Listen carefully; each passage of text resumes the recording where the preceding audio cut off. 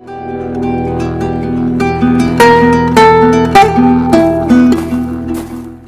savoir le glorifier. Et tu verras sa gloire. Dis encore Amen. Je sais qu'aujourd'hui, on ne va pas traîner. Nous entrons directement dans notre thème. C'est-à-dire, il fallait que je parle sur les anges. Mais je n'ai pas parlé. Alléluia. Car Dieu met des anges à notre service. Pour nous protéger, pour nous bénir, pour amener nos prières vers lui. Alors c'est un mystère, ce mystère est grand. Le mystère des anges. Et nous allons parler autrefois sur les anges. Alléluia. Est-ce que vous me comprenez? Mais nous allons parler sur comment prier. Chapitre 2. Comment prier. Nous allons étudier tous comment prier. Parce que plusieurs personnes se débrouillent pour honorer la parole. Luc chapitre 11, le verset 1er. Jésus priait un jour en un certain lieu. Lorsqu'il eut achevé, un de ses disciples lui dit: Seigneur, enseigne-nous à prier comme Jean l'a enseigné à ses disciples.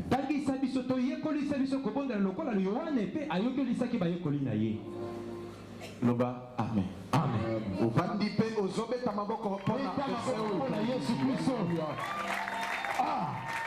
Alléluia, bana nzambe. Amen. Alors, tolingi tozala lokola mikolo. Tozala lokola bana mikete. D'abord, on a pessimé son botte dans kombo na Yesu. Amen. Pe na lobi botuti libakumala. Amen. Yesa moninga pembe na botuti libakumala. Botuti libakumala mondeko. Alléluia. Amen. Nani makonzi? Yes. On a bien lu ce verset. Nous voyons que Jésus priait en un certain lieu. Et lorsqu'il est achevé, un de ses disciples dit: Seigneur, enseigne-nous à prier. Pour être baptisé, il se répandait. L'un des militaires, car il était un homme de prière, il a aussi enseigné à ses disciples. Il n'y a pas un successeur sans formation. C'est-à-dire, Jacques avait enseigné, bien enseigné à ses disciples comment prier. C'est pourquoi l'un des disciples de Jésus a posé aussi la même question: Seigneur, montre-nous à prier comme Jean l'a enseigné à ses disciples. Parce que les disciples priaient, mais il n'y avait pas d'effet. Ils priaient comme tout le monde. Ils priaient comme les scribes et les pharisiens. Mais la prière de Jésus marquait la différence. Il voyait des miracles. Mais à propos des mains, il n'y avait pas de miracle. Peut-être peu de miracles. Mais il ne faisait pas de succès. Alors, l'un a pris la décision. Il a demandé à Jésus: enseigne-nous à prier comme Jean l'a enseigné à ses disciples. Et Jésus les avait enseignés. Et il m'a fait aussi grâce. Il m'a enseigné. Moi aussi aujourd'hui, je vais aussi vous enseigner comment prier, afin que vous puissiez aller de l'avant. Et vos prières soient efficaces. Et personne ne viendra t'envoûter. Nous te bloquer. Si tu as d'abord dit Amen. N'ayez pas honte d'apprendre. Nous apprenons tous. Personne n'a besoin de se débrouiller. Na makasi na ngai. Na mwa mayele na ngai. Na zobunda na melo simbate.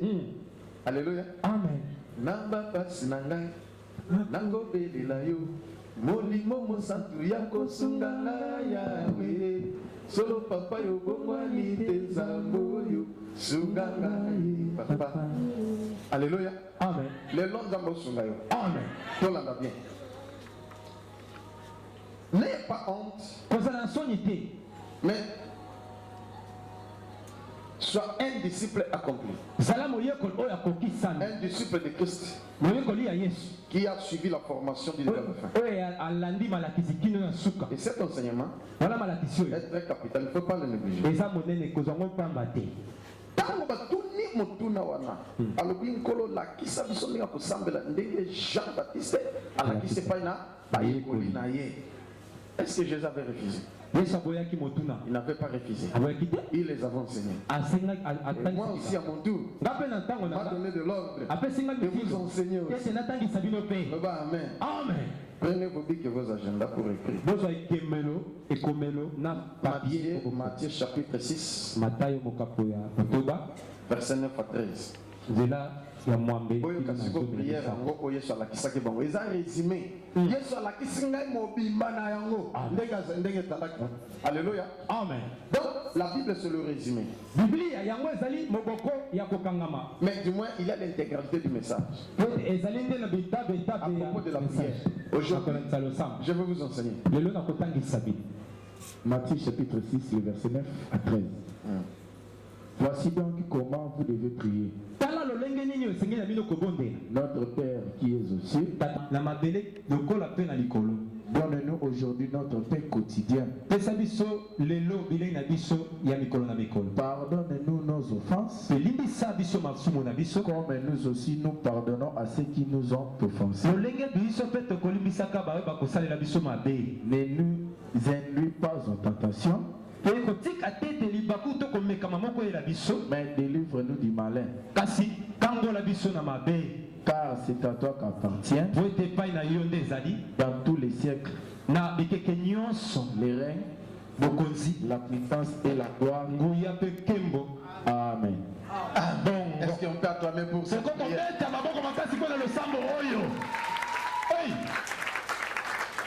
Mais il y a un mystère dans ce verset. Dieu a fait des exploits et il écrasera nos ennemis. Amen.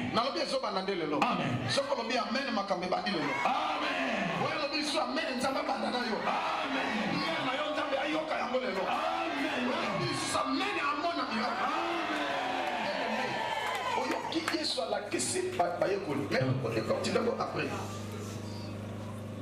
Tout le monde prie. Même les sorciers, même les magiciens, même les occultes, n'importe qui peut prier. Mais quelle est la prière que Dieu écoute et exauce? Parce que ma prière, monsieur les amis, il n'était pas dans c'est pourquoi vous voyez, il y a plusieurs personnes dans les églises. Ils prient. Mais peu de gens qui ont la réponse. C'est que vous ne priez pas comme il faut. Vous ne respectez pas les normes. Amen. Mais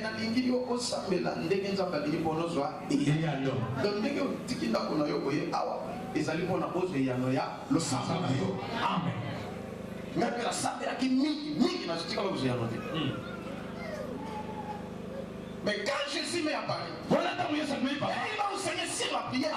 J'ai mis en pratique. J'ai vu ma vie en train de changer. Et aujourd'hui, j'ai fait d'exploits. Je suis en train de monter. Et j'ai toujours de l'avant. Aucun sorcier, ni même magicien, ni même le diable non. Mais personne ne pourra me bloquer. Est-ce que vous êtes d'accord avec moi? Toi aussi, la même chose. Quand tu vas mettre en pratique ça, je te dis, le diable ne s'approchera même pas de toi. Si tu vois quelque chose bloqué, demande à Dieu. C'est pas le diable. Peut-être Dieu sera coupable toi-même. Ou alors, Dieu veut t'enseigner quelque chose. Mais pour soi, Dieu va me la ça dans Satan. Amen. Alléluia. Amen. Attends, il y a une autre fois. Merci. Mais, ils en ont fait Amen. Dis vous connaissez quoi connaître la yes. Amen. Amen. Toi aussi la même chose. Dis-toi savoir. Comment est-ce qu'il faut prier? Tu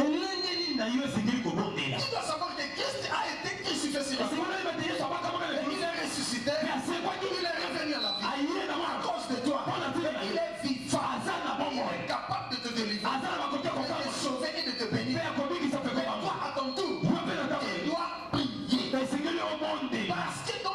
de Jacques, au chapitre 5, verset 13.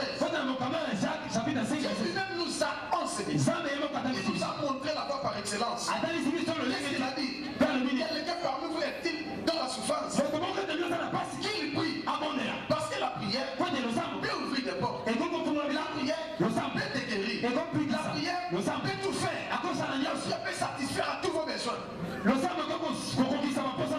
Mais il faut prier tout en respectant les règles. Dans Galates chapitre 1 verset 11 à 12.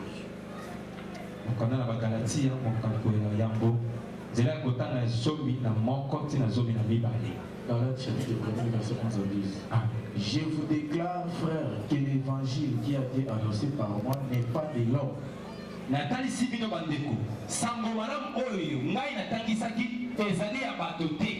Car je ne l'ai ni reçu ni appris d'un homme, mais par une révélation de Jésus-Christ. Amen. Donc, où on a dans son pays, n'a pas de l'école de thé, n'a pas de moto, mais Jésus, il y a beaucoup de moto à Pessinga Yango. Amen. Amen. Amen. On a souffert, on a regardé, on a beaucoup jalousement, on a salle et puis on a pensé, je peux aussi le faire. Mais Dieu a jugé bon, je puisse partager avec toi. Tu es l'homme le plus heureux du monde. Tu es la femme la plus heureuse du monde. Parce que Jésus a jugé bon que tu ailles ce enseignement. Vers le succès. Et que tu puisses mener une vie paisible et heureuse. Évangile oyo nazoteya. Donc enseignement oyo nazoteya nazwe pas na mutu ni na internet ni na livre. Mais nazwe pas encore les. Amen. Après c'est là. Alors Dieu c'est quelque chose sur yango. Puis on mettre en pratique. Amen. Amen. Alors quelques principes de base. Comment quelques principes de base. Voir chapitre 1. Ça dit, parlons en passant. Oui, vous comprenez là? Amen. Ce que vous avez dit, et c'est que vous ne pas poser le bambam pour comprendre les enseignements. Amen. Si vous comprenez le texte, vous avez un pour notre pensée. Donc, comment prier? Voilà. Et pas te verrer par exemple se débrouiller. Mais dis-moi, il faut se débrouiller. Dans la précision. Amen. Alléluia. Amen. Mais quelques principes de base. Voilà. Mais la concentration et la foi. Alléluia. Amen. C'est que ceux qui ont un principe de base, il y a comment prier. Amen. Bon, et c'est que vous mettez en pratique ma cabole. Dans le principe de base, il y a la concentration, la foi. Alléluia. Amen. C'est que il faut la concentrer. Deuxième chose, et c'est que vous en avez condiment. C'est que ma camonga n'a pas papa n'a eu réponse. Amen. Amen. Amen. Et si tu as la foi, Dieu agit. Amen. Amen. Est-ce que vous comprenez là? Amen. Et si tu manques la foi, n'espère pas. Tu auras quelque chose de la part du Seigneur. Il y a une personne irrésolue. Et tu ne feras pas de succès. Ça c'est un. Deuxième chose, c'est la reconnaissance. Tu as concentré. Même nos télémis, même nos vandi, même nos lali, même nos sotambola, même nos fukami, position nyoso. Mais oui, que nous avons nazo solanaye. Deuxième chose, que makamona solo azoyo capable de répondre là. Et troisième chose, la reconnaissance. Oui. Point D, c'est la reconnaissance. Amen. Amen. Colossiens chapitre 3, verset 15. Colossiens chapitre 3, le verset 15. Et qu'il appelle à laquelle vous avez été appelés pour former un seul corps, même dans vos cœurs, et soyez reconnaissants. Et qu'il appelle de Christ à laquelle vous avez été appelés pour former un seul corps, règne dans vos cœurs, et soyez reconnaissants.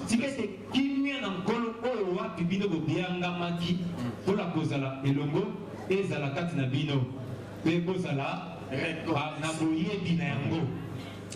Reconnaissance les animateurs. Verset 17. Et quoi que vous fassiez en parole ou en œuvre, faites tout au nom du Seigneur Jésus. On a par lui des actions de grâce à Dieu le Père.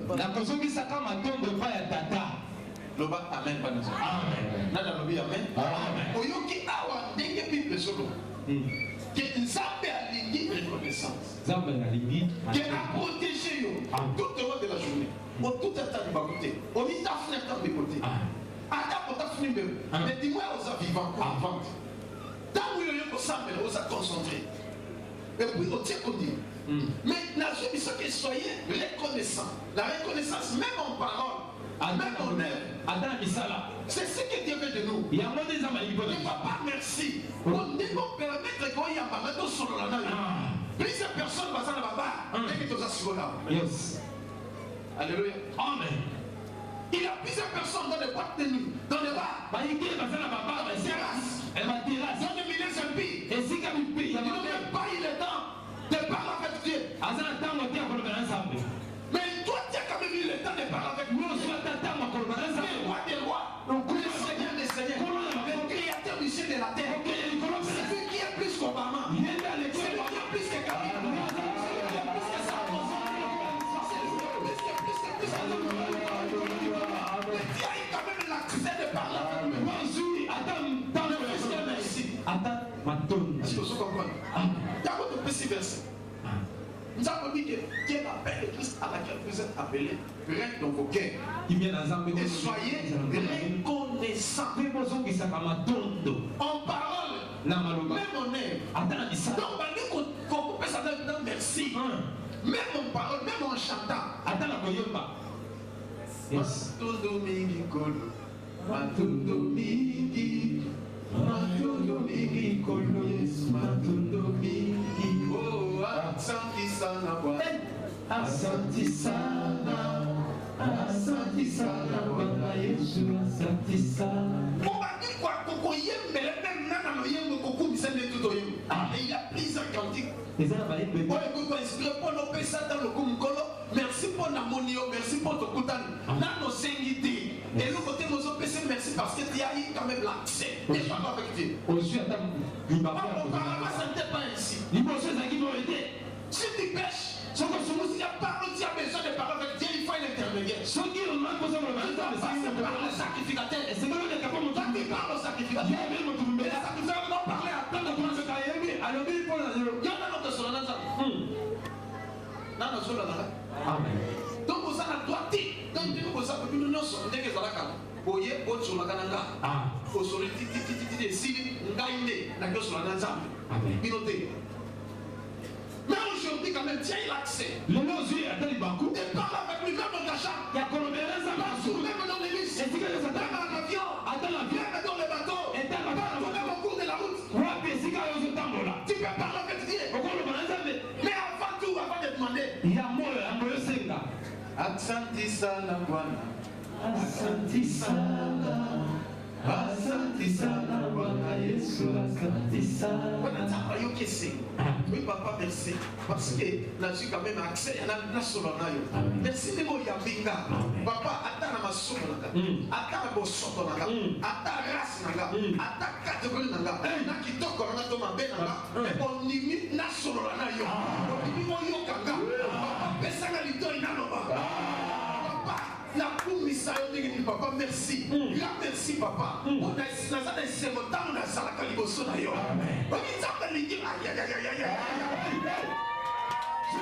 Daniel chapitre 12. Yes. Daniel chapitre 10, verset 12. Alléluia. Alléluia. Daniel chapitre 10, verset 12.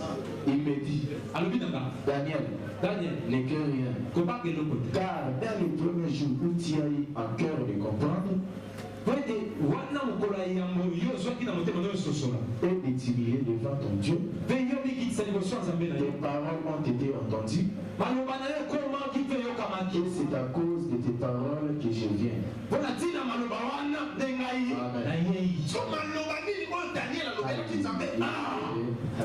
Daniel s'est trouvé dans cette difficulté. Dans un moment très difficile. Mais il a gêné, il a prié pendant 21 jours. Mais dès le premier jour, il a entendu les paroles de Daniel. Il a envoyé la réponse. Et sa réponse était bloquée dans le ciel. Le 21e jour, il a envoyé l'archange Michael pour défendre. Le réponse est versé. Daniel chapitre 10, verset 12. Il me dit, Daniel, ne crains rien. Car dès le premier jour où tu as eu à cœur de comprendre, et de t'humilier devant ton Dieu, tes paroles ont été entendues.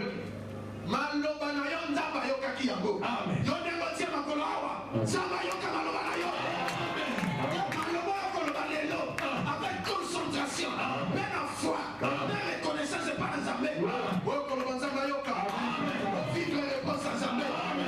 Dès le premier jour, tes paroles ont été entendues. Et Dieu m'a envoyé pour venir la réponse.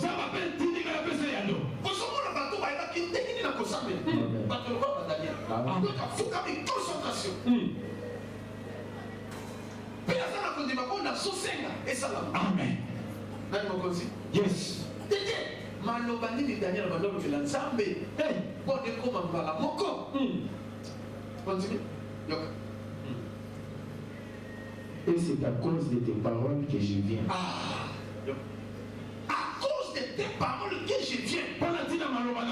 Quelles sont ces paroles? De belles paroles. Regarde les corbeilles les renards. Ça y est. À raison qu'il y a ça dans la maison, il y a fromage.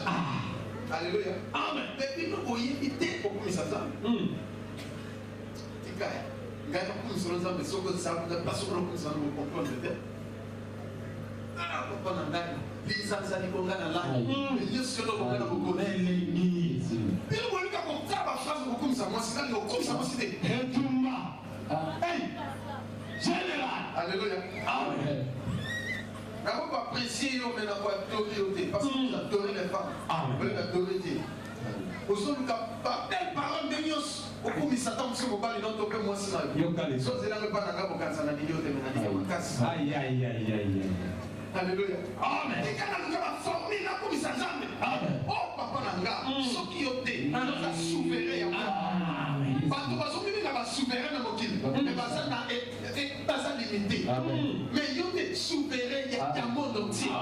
Ils ont été pas régner. Alors pas, ils ont ceux qui ont l'obéi n'a pas résisté. Mon bon là ils ont porté ça là bas.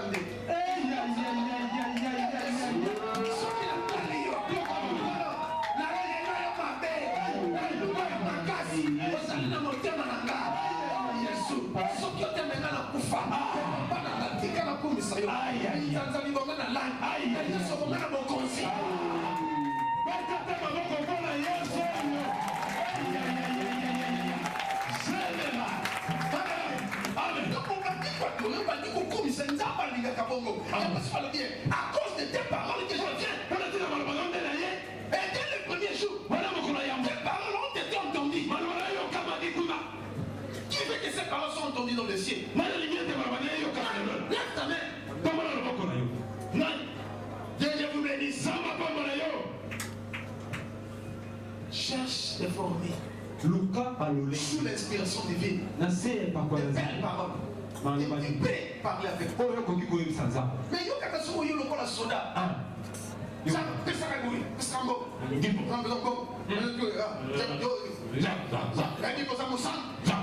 Ça va la commission. Alléluia. Donc il faut chercher des belles paroles. Et c'est qu'il faut parler avec qui? Dans le commission, par le passé, par comme ça. Alléluia. Amen. Mais il y a le soldat, le Kamungala, qui m'a dit, il y a un commission. Amen. Mais pas dans moi, si yo ka eloko ko misala ma. Mais pas dans Nzambe eloko te ozata na formule moko te eloko te. Alléluia. Amen. Quand tu reconnais David, alors je te loue Seigneur, parce que tu as fait une belle créature. Donc oh Seigneur, sans toi, je ne peux rien vivre. Comment est-ce que je peux vivre Seigneur? Mais yo, mon cœur, mon estomac, mon jour, mon chouchou, terminé, et mon salidos.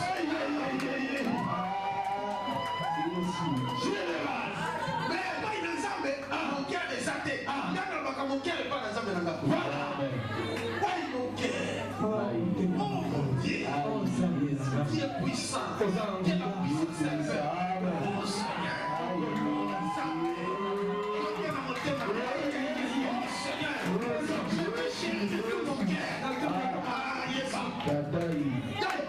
Daniel et Fouchen, ça peut être à cause de ces paroles.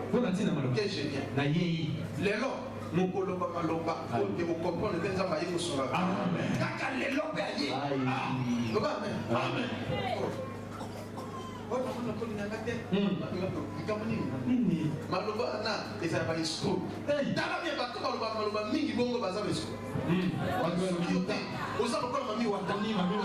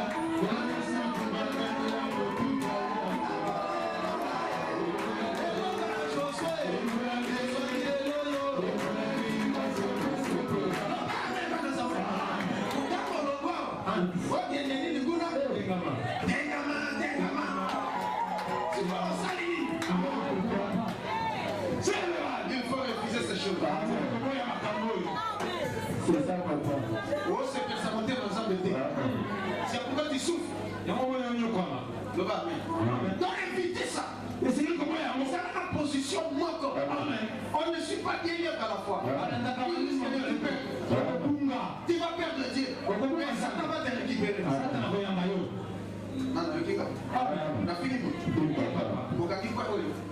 Là, reconnaissance. Alléluia. Et tu dois sanctifier les noms de Dieu. La Bible dit que ton nom soit sanctifié.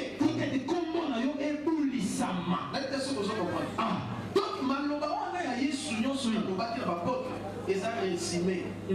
Mais soki ozosambela kaka maloba wana notre Père qui est aussi, que ton nom soit sanctifié.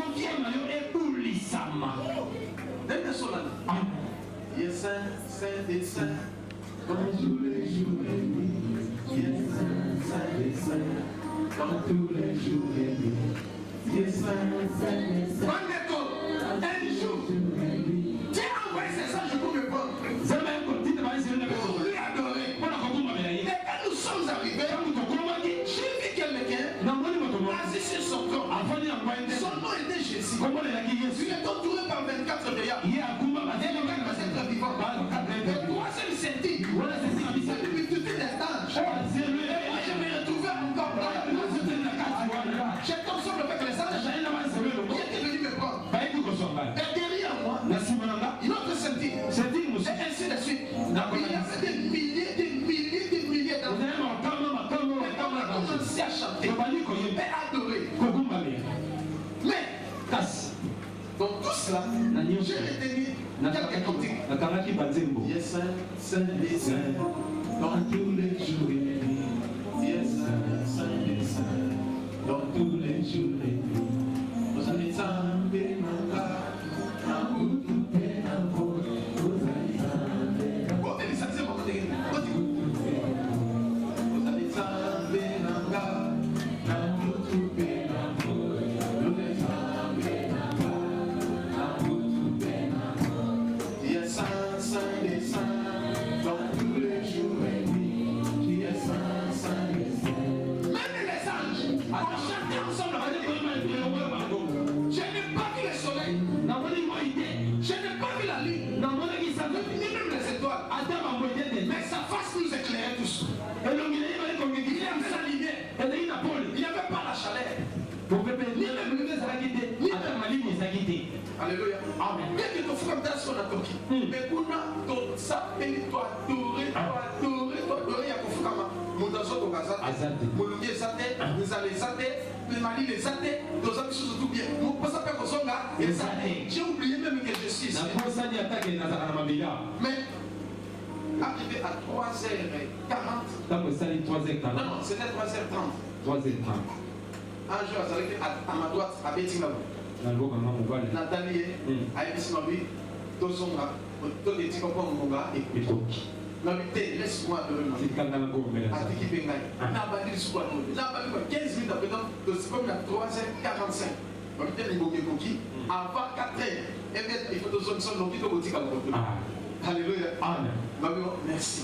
Les Bassinga, Tiki Kaka Bassinga, Saint, Saint, Saint, des Seigneurs. Dieu de l'univers, le ciel et la terre sont remplis de ta gloire. Hosanna, au milieu des cieux. Dans le piquet des cieux, son gars là-bas, un jour là, ton soya koyema, vous êtes là. Il est saint, saint et saint, dans tous les jours et nuits. Il est saint. Donc, comme il dit, ils ont qu'à ça, là, les a bien. Nalola, Nalola, Nalola, passé,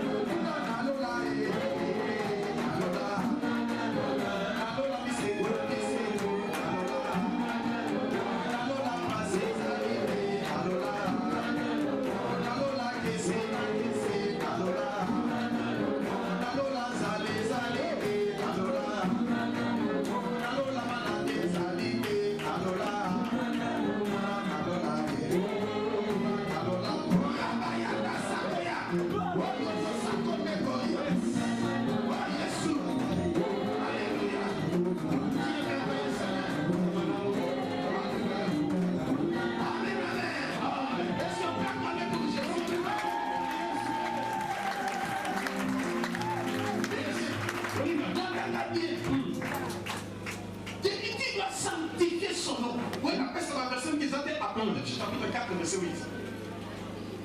Apocalypse chapitre 4 verset 8. Mais qu'on a jamais ça. Attends qu'on a l'essentiel parce que les enseignements, ils ont ma comme bébé pour tout soit tapé aussi. Au sein de la canapole, il y a bon à ni. Ça va mon tour à sa mayele. Mon tour à sa naboania. Na makamuzo ça. Oui, maman, ce qu'elle dit, on a préparé la séance. Attends, jeune fille, ce qui a un lamba, qui a aidé pour l'âme. Donc, à son lamba, à l'aise. À la séance qui est loco. Donc, et comme ma bien. Voilà. Alléluia. Amen. Et ça, le col, on a ensemble, la vie de prière dans l'eau. Et si bien, il y a un peu de ça. Amen. Oui, les gars. Amen. Quand on a tel le col, la vie de la bataille, vous êtes craqué, à Simanini, à Salawa, à Kessek, à Conseil, à Nimalon, à Golokondini. Tout c'est qu'il y a tout ça dans l'assurance. Ah, ma capa est juillet, exacté. Les arbres sont tâtonnés. Ah, avec précision. Amen. Amen. Pas de colibino pémi. Amen. Pas de mots, pas filibino, pas de oppression, et c'est suite, pas de famille dans la topo, amen. Moi, je suis à Koufi, autokoufa, siko. Moi, la nana pote. Voilà, si bino na famille, les hommes ont tout beau. Donc, ça, la nana, ah, papa, mon tour, on a sans pitié, dans ma bête, ça va. Donc, on devine zapper. Si on est toujours les maisons à mort. À la vie, allez, diable, allez. Amen. C'est lui qui vous tourne, quel qu'il soit, il va porter sa peine. Très en colère. Mais une colère sainte. Contre celui qui trouble ta vie. Galates chapitre 5, verset 10. Amen. Autant on en a. Apocalypse chapitre 4, le verset 8. Les 4 êtres vivants ont chacun 6 ailes et ils sont remplis d'yeux tout autour et au-dedans. Ils ne cessent de dire jour et nuit. Donc, 4 êtres vivants. Bon, ça dit, t'es pas connu ensemble. Ils ne cessent. Ont chacun 6 ailes et sont remplis d'yeux tout autour et au-dedans. Ils ne cessent de dire jour et nuit. Saint, Saint, Saint est le Seigneur, Dieu le Tout-Puissant qui était, qui est et qui vient. Est-ce que vous avez compris? Même les 24 veillants, même les 4 êtres vivants, ils sont devant son trône. Les anges, ils se prosternent devant lui. Les visages contre terre. Il y a plusieurs personnes qui pensent que je suis musulman. Je suis musulman. Je n'étais pas musulman, je suis chrétien et je resterai chrétien. Mais à cause de l'adoration, je me prosterne souvent et le visage contre terre. Mais aujourd'hui, je peux le faire, je le fais chaque jour. Et je dois encore entrer dans l'équipe des anges. Il faut encore dans l'équipe des anges. Dès que on va s'adorer dans l'homme, je peux adorer. Amen. La fille, il ne cesse de dire. Il ne cesse de dire jour et nuit. Jour et nuit. Yoshiko jour et nuit. Olobaka moto olobaka te. Otuna. Osambela kabongo to osambela kabongo te. Otuna. Tu ne sais pas que tu es un ange de Dieu. Yo évité que ça moi j'ai nazambe. Tu es un ange de Dieu mais tu ne pries pas comme un ange. Pourquoi? Tu dois prier comme un ange. Et c'est que nous devons adorer comme un ange. C'est alors que tu auras de la force. Dieu va te communiquer quelque chose. Il viendra habiter chez toi. Et il fera des choses poissons. Amen. Je dois poissonner cette fois. C'est assis dans le bureau. Saint et le Seigneur Dieu. Mon santo, Ndekolo, le Tout-Puissant. Yazali le Tout-Puissant. Qui était, qui est, Azali, Père Kozala Seko na Seko.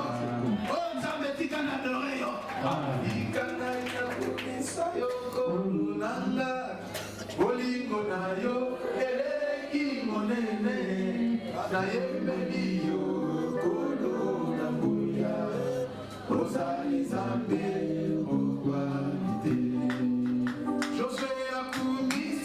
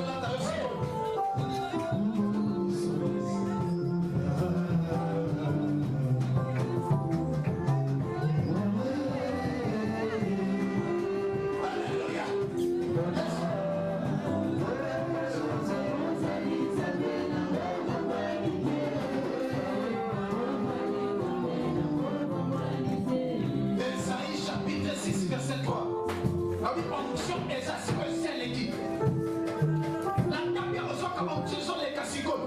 Quelque chose peut se passer maintenant. Et le comment est les casses. Dans ton corps. Dieu veut faire quelque chose. Il veut te toucher. Avant que je termine. Les péchés. Dieu fera quelque chose dans ta corps. Il fera quelque chose dans ton corps. Ton corps, c'est le temple du Saint-Esprit. Dieu veut se manifester maintenant. Avant que je termine la prédication, la maladie va quitter ton corps. Même le blocage, même le freinage. Sois prêt. Sois prêt. Sois prêt. Yaba. Allez, Yaba. Allez, Yaba. Yaba, Yaba. Odaya Sako Yaba. Odo Sakario. Okorobere Shamiri. Alléluia. Dana, Ésaïe chapitre 6, verset 3. Comme ça, comment on appelle déjà pour le camion.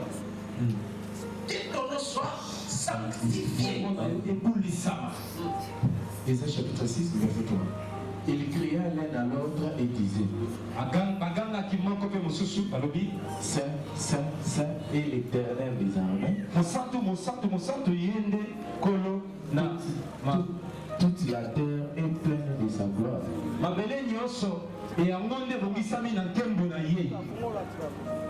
Alléluia. Amen. Oui, qui va c'est ange qui va se dire. Dès que baso kumisa nzambe même na maloyembo même na maloba yo pe zala na habitude wana ya kitambo yo ofukami to ko fami to nini o sambela nzambe sala makambo de na biso e ko sunga pina yo amen o komona gloire de nzambe amen oyo kika parce que au samedi les suivants ba non et deuxième chose et le kami balé toi aussi tu dois te sanctifier après avoir sanctifié le nom de Jésus tu dois te sanctifier parce que Dieu n'exauce pas les péchés. Jean chapitre 9 verset 31. Dieu n'exauce pas les péchés. Mais c'est lui qui fait sa volonté. C'est Nassima. Il y a un peu de salinine. Il y a commis sanctifié, commis boulissa. Amen. Est-ce qu'il y a un figure moto? Est-ce qu'il y a un autre mabé? Attends, qui ça? Jean chapitre 9, verset 31.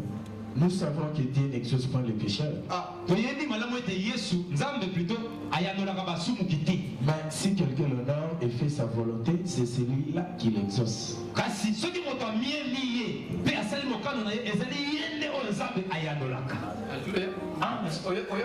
Amen.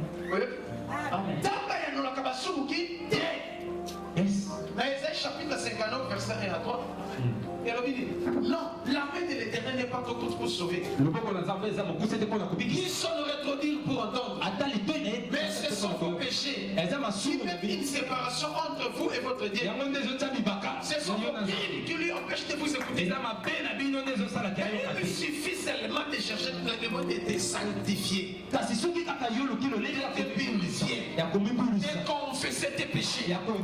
Comme il est écrit dans le livre d'Ésaïe, chapitre 28, verset 13. Celui qui cache cette transgression ne prospère pas. Même celui qui les avoue et les laisse Amen. 1 Pierre, chapitre 1, verset 14 à 17. Ça, on peut te demander de prendre ma photo. De le faire, de prendre ma photo. 1 Pierre, chapitre 1, verset 14 à 17. Comme des enfants obéissants, ne vous conformez pas aux convoitises que vous avez autrefois quand vous étiez dans l'ignorance.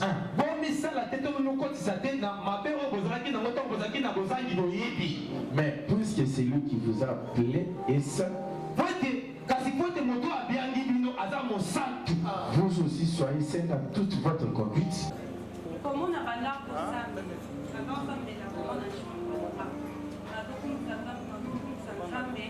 La santé présente na bangaki na bimi bango na chambre na bimi libanda na bimo demo oyo eleke na matili sikopona zonga na dimension wana na kobanda na pardon ou bien na kobanda ka kokumisa. Alléluia. Amen. Que petit maboko pour la question. Amen. Oui. Mais ce qui va tout le premier jour. Oui, il n'a pas que le chrétien vous a péri. Et là, comme Oyo Satan a salak, ce qui va passer mon tokindo, et là, quand il bosse, ça va gagner. On le mollet chambre. Hein? On va gâter. On le met la chambre, et on le met l'esprit à Mawa. Et pas dans Satan, on a plus de pardon. Satan a mis pardon. Esprit à Mawa, il s'appelle. Donc, il y a ami. La journée ennemie la nuit. Pourquoi on solo là yé? Pourquoi on sommet l'avion? On sommet le paquet beau. Mais na boutou, ce qu'a canali a collé au cap. Après, on sait que pardon na boutou, jamais on aucun jour. Bon, on dit, balongo le moté ma yamawa. Loba amen. Amen. Ben moté ma yason ma bangati. Nous avons l'ongata président de la République. Nous avons l'ongata roi. N'a pas soda na yo conseil italien était à Coloc. Na na yo amen. Donc, il y a un magicien, alors qu'il y a des psychos, qui sont dans le cimetière, qui m'a dit que ça n'a pas de sens. Alors qu'il y a un cimetière, tu fais cimetière, il faut que ça soit un fumeur par contre. Mais chrétien, dans le cas, on peut sans mesure. Alors qu'il y a des gens qui ont dit que akobimaté face à la face nanda asa la nyoso tana nanda et abimaté pour la vie azoma gagnant. Tu comprends ce qu'on a? Et l'homme qui s'accade dans la vérité, celui qui est au monde est plus fort que celui qui est dans le monde. Mais pourquoi tu as peur? Ceux qui ont bagné et si, nous n'avons pas que bagné soit bien. Amen. Amen. Il y a un moment donné, nous avons besoin de germiner, ne craignez point. Et ne tremblez pas devant Dieu. Tremble, je te ferai trembler. Amen. Nous avons besoin de kanda parce que aux autres besoin de la palette. Parce que diminuer ma casse ensemble parce qu'on valoriser Satan. Na yango. Biso le quoi pas na Yesu. Et l'autre au saut, au logo la somme. Dans les rien. Comprends que nos côtés. Rien. Comprends la tête. Parce que celui qui en toi est plus fort. Et là, pendant le temps, na ebi yango, moutayana ba kiss na ye. Ye magicien 25 ans na magie. Na ba kiss ba chapelle bateau. Les gens qui ont été dans le temple, ils ont été dans le papa a été dans le jeté. Ce qu'on a dit, c'est qu'on a été dans le quai. Ainsi, il y a un peu de ngouma. Ce qu'on a dit, ngouma, on a été dans le spectacle, il y a un après, il y a un petit peu de ngouma. Ce qu'on a été dans le quiz, et ceux qui sont dans le quai. Est-ce que vous avez un peu après, il pas. Et puis, quand ils étaient, ils étaient micro. En tant que la musique, et comme ils étaient. Si vous avez un peu de si vous avez un peu de si vous avez la permanence, avant de délivrer, il faut que la somme à ma belle, passe par là. La cérémonie, la bonne de la haut, pour la évaluer, nous ma tête, comme ça, pose à moyen pour tout le monde. Ceux qui n'ont pas la montée pour le monde, Gabi est l'autre côté. Ma belle peut me toucher ma belle à sa tête. Mais quand il a permanence, là, ma frère, on a la Bouddha-Kala. Ma frère Jachin, ma frère Israël, ma notre il a qu'à passer dans le casque, passer Rémé. Dès papa, son papa, ma père, au capas. Ce que ça m'a dit, ça va son avis. Là, il y a permanence. Président permanence, c'est là. N'a vu fumé dans la poche. Rabbi Abba, le gâteau, de Gotal. Dans mon cas, je ne sais pas. Yesu azali awa, Yesu azali awa. Hein? Dans la Tunisie. On va à Zakaché. Bandemé Togo. Après le à tel moment que le corps est beau. Dans ma télé, dans ma frère, dans ma sœur. Ouais. Laisse qu'on aille à la porte. On va à la porte. Aille à la porte, elle est dans le gazon, la porte. Yes, on a la télé, le corps est beau. Azoya, si on va voir ça, quel point on va là. Donc, aïe, écraser là. Si on va pousser là, là, non, c'est là. À pousser là, talinga. À mon niveau, à côté au bout, dans le voyage, aux amoines. Allez, à côté du bord, on est à Bendi, revolver. À Bendi, c'est pour, bam, et l'autre côté, bam, et l'autre côté. À mon niveau, tiens, à Bendi, dans le vide, et l'autre côté. À Bendi, c'est l'autre côté, dans la tête, non, c'est là. Alléluia. J'ai l'assurance d'être sauvé. depuis que Jésus vit. Amen. Frère, Nico. Nani mokonzi? Yes. Nani mobikisi? Yes. Nani zambe? Yes. Dans mon atelier, esikoyo, a commis au commun un mètre. Alors, le corps a fait dans le vide, des simités. La bête, ma sens, est simité. À ce qu'on police. Là, on a terminé. D'abord, à fêter, à fêter, là, on a fêté, à venir sur le coffre. Là, c'est là, on a la coco. Là, c'est dans la montagne, on a posé un mois. Là, on a dit ça. Donc, quand il y a un coffre, le monde, il coffre, on a dit ça. Dès qu'on a dit c'est pour maman, dans la cible, le corps va mettre double. Voilà double T. Va mettre le côté, n'a pas belé, n'a pas de main. La victoire va pas qui s'en aille. Bon. Comme ça, dans la qui s'en aille. Que, ouais, ça casse là, allez, ça casse dans ma casse. Là, il y a pas tant de vite. Ouais, on va réformer. On continue au bon. Ils sont quand même installés à l'ancien des anciens. L'ancien des jours. Il y a que mon installé. Il y a comme ça là. Après, on pousse en dégueu. Il coffre et qu'on pousse en dégueu. Alléluia. Après, chaos. Ndege na kanye. Na weli na loka ngoso singa na loke. Alléluia. Amen. Na weli ni singa mbalmoka pa na kanye na kati singa. Tao na longo singa na ngoyo. Na ibo na mi occupé na frère Joachim. Ma tumba yango na fungoli permanence na zwa limite na pesier. Azui mwinda ezana pétrole. Asopi pétrole. Frère Joachim tanga pelisa limite. Anti aboye. Almete nini moto liepela. Moto kufi pouf. Et ça dit que pouf. Dans la libo quoi frère Joachim Mounien le quoi va pomper ballon. Basse. Parce que basangi condiment. Condiment ça t'est. Est-ce que tu l'as? Amen. Parce que là qui ne somme. Alors ceux qui ont eu qui somme au bani et s'ili, ça ne peut pas combattre ça yo. Ça t'en appelle azur élève. Dans la soya si que combien la confiance. Frère Joachim dit bon. Tout est si vite à la tikina no magicien. Allez, pesa di mettre na zui, na kombo na yesu na sopial. Da pouf pouf eziki. Na telema na chanda baba baba. Baba la vilo papa. Na zone lié. 250 démons azala kina. Nos moko ti et bimi. Délivrance de 22h à 3h du matin. Alléluia. Amen. Montation dit normal. Nde ayozi mazema leli. Abina tamboli. Namo kili oyo. Namo nite. Oya bikisinga. Na luki. Epa ina bandeko. Namo nite. Oya bikisinga. Naponi Yesu. Bikisinga. Naponi Yahweh. Bikisinga. Nakoye bisayo boye. Mais pour la songa, ça la pratique à Macabo. C'est que vous savez la concentration. Il y a un moment qui est. Le son que vous voulez faire la mise. Au lieu qu'il ait fait la mise, au moins il y a une colonne merci. Yaka. Pour ça n'a pas. Donc il y a pour ça la place à aller adorer. Mais pendant que vous savez la concentration, il y a un moment ça dans la salle. À beaucoup ça n'a été. Des mots pas beaucoup ça n'a été. Donc il peut dire qu'il y a beaucoup ça n'a pas été. Amen. Il y a un Josué un jour. Josué n'a pas épée. Josué n'a pas vu, c'est pas bien. Osa ya bisoto. Dans à sa prête. Oye na kinga to na bitu. Anje na ko bitu na bitu maté. Na sa le chef de l'armée de l'Éternel. Na ye pona ko surabino, osa collègue là.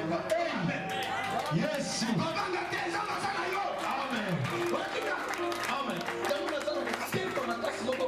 Na lata ndo ya na paramètre na sana. Na ko na ko beta yo ko comprendre. De la sape ici va côté belé. Vous allez vous avoir boutique en mona ndako.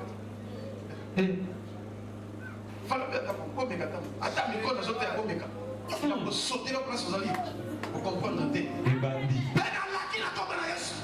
Demo zo so ka shoko so ko pelo ko d'hôpital. Bon. Bona obi que faut bon le motel. Amen. Ko ko ba ke Yesu azali. Général. Baba ami. Amen. Neko toliki to bonde na nzambe. Onction nzambe sikoyo. Ezole ka ilinga sala makamo. Oyaki na photo na muto musuka kanga ye. Amen.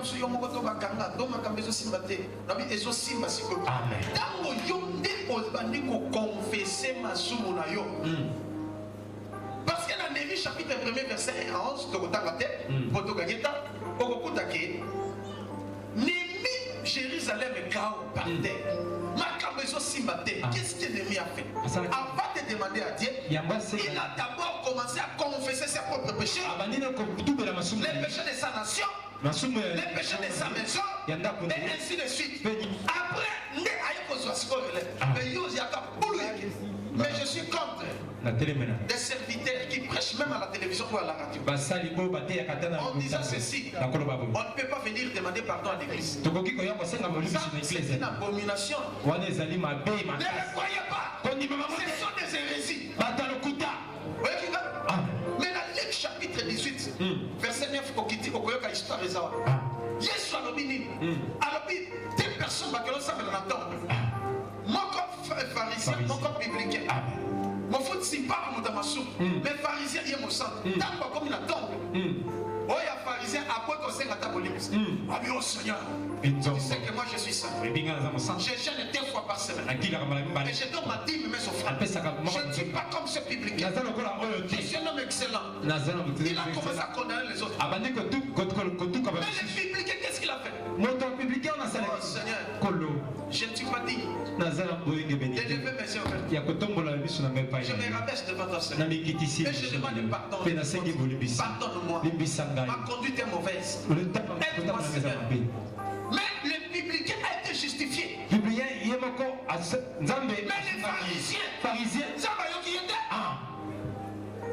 So Yesu apesi ni session là yo totam so za docteur connaît du tout mais pour que conseil ka police l'église té na les so wa bio ya absolument c'est que ya Yesu té oyo kinga amen awa ndimo ye awa oko sala to conseil ka police amen oyo kinga eza na na eza la wa o toko lingo sa respecter le principe oyo na bisio e ko sunga yo amen na lobi mabe et papa na tongi na figi mutu beta maboko kasipana amen amen alléluia amen. Et après avoir demandé pardon, n'oubliez pas que la Bible dit sans l'effusion du sang personne ne peut être sauvé. Si nous sommes sauvés, si nous sommes justifiés et purifiés, c'est à cause du sang. Et pas le sang de n'importe qui. Parce que le sang des taureaux et les animaux ne parvenaient pas à sanctifier les hommes. Mais cela couvrait seulement le péché. Mais le sang d'un homme et l'homme c'est ça. Et puis, pardon. Parce que nous sommes les un rôle. Le sang sanctifie. Mais l'eau purifie.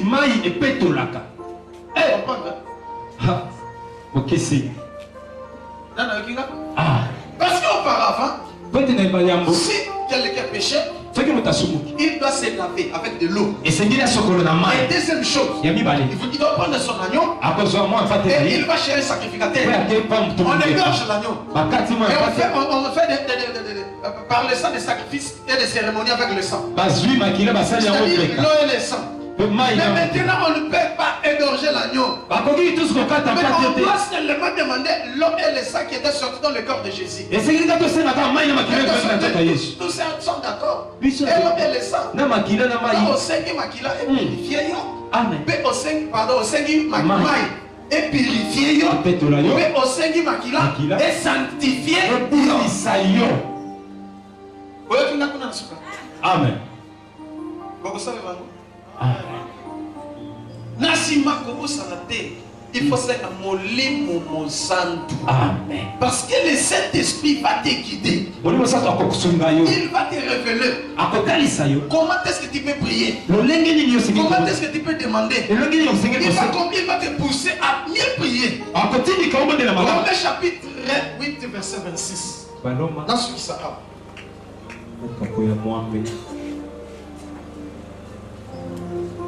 Romains chapitre 8, verset 26.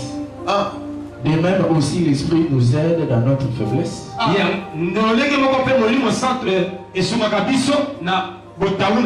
Car nous ne savons pas ce qu'il nous convient de demander dans nos prières.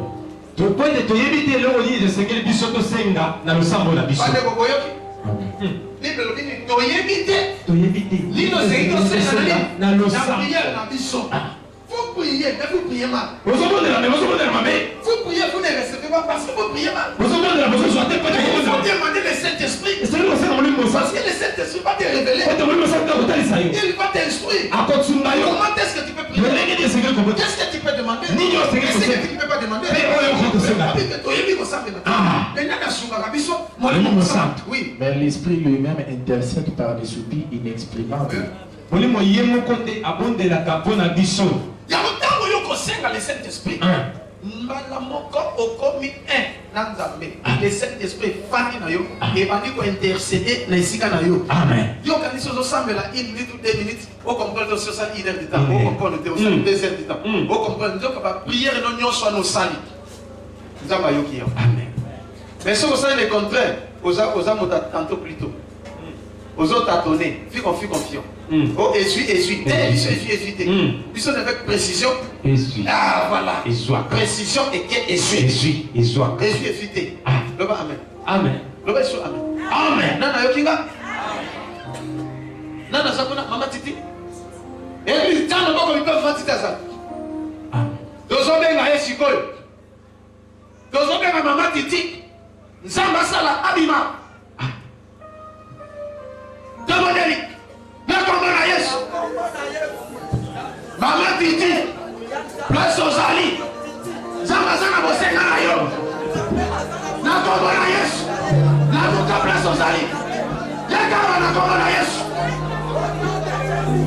Ma message nous aux alliés na yango. Yaka na ngo. Au nom de Jésus. Yaka vite. Tozana besoin. Acclamez par Jésus.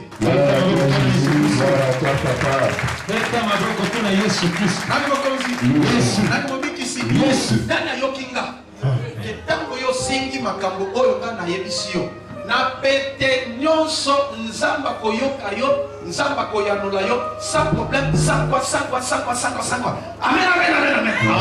Loba amen. Amen. Chama boko likoloba Yahweh.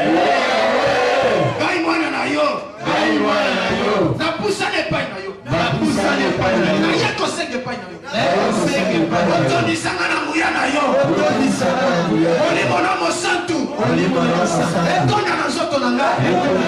Efongo na nga. Elakisanga. Ndenge ya kosambela. Olode. Beta maboko mona Yesu. Amen. Ndeko tosuki awa. Betolika tobondela mpona 10 minutes seulement. Dans 10 minutes, on sait que vous semblez avec concentration et la foi, vous allez reconnaissant. Que nous merci. Maintenant, nous papa, vous êtes ainsi de suite et tout le monde qui va question. Nassima, vous allez vous sanctifiez comme on a eu. Est-ce que vous avez? Quand vous sanctifiez comme on a eu ici, vous avez vous allez. On sait que vous dites, on est sanctifié. Quand on dit ici, vous venez ici. Oyo kosema nini? Mai, oyo kati na nzoto ya Yesu. Esani, esoko na yo. Pe oyo kosema makila na Yesu sani. Esanctifie yo. Oyo kosema molimo musali sani. Ekamba yo loba amen. Amen. Otonda na kati na molimo musali tonda na nzoto na okomona na pete. Bakamususu tokoloba lobi loba amen. Amen. Est-ce qu'on comprend quelque chose? Amen. Si on comprend que papa na lokumu na Yesu. Amen. Beta mulolo.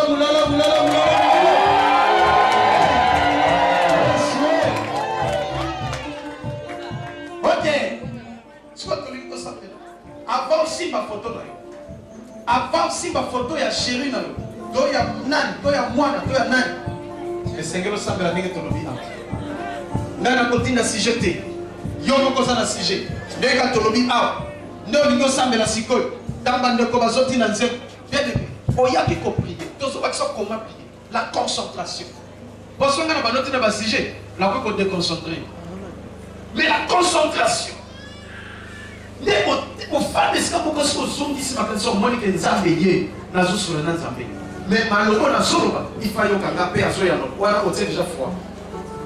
Et puis, On va glorifier la reconnaissance. Papa, merci pour qu'on me mette dans l'église. Papa, merci pour être condamné pour son anayo. Papa, vraiment, on appelle ça merci. Nassima, on sanctifie comme on a eu, pour nous sanctifier. Nous devons aussi nous ensemble. Nassima, donc on va aussi ma photo. Tant que vous voyez là, vous pouvez gagner des âmes comme ça. Bien aimé, au cours du cannabis, on peut éviter distraction. Et ma qualité, nous sommes à la table. Nzambe asala, nzambe aloba na yo, nzambe asala kati na yo. Ndenge okokumbela na situation na. Ndenge okokumbela na maladi wana. Ndenge nini sikoyo ozofungwama te. Lelo ozofungwama. Ntango bazoyemba, yo mpe ozoza concentré. Ozosambela sikoyo.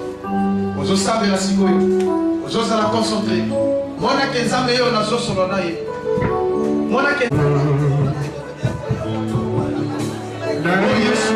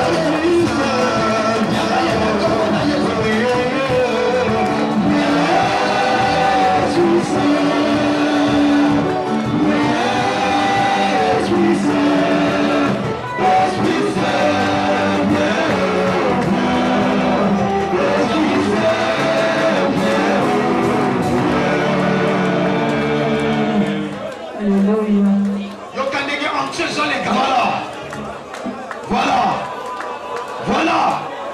Yewana zo changer vie na yo. Yo kanegeza no sala siko.